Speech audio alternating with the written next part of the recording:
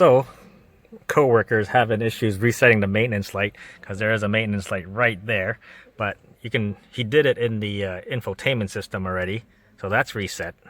Let me show you. So slow.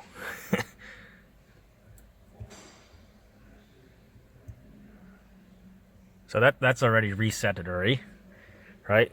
But he still has the maintenance light on. So if I remember how to do this, because so yeah, what you got to do is to reset that one, the one on the cluster, you got to hold the trip button, and at the same time just turn the key on while you're holding that button, and then it'll reset it.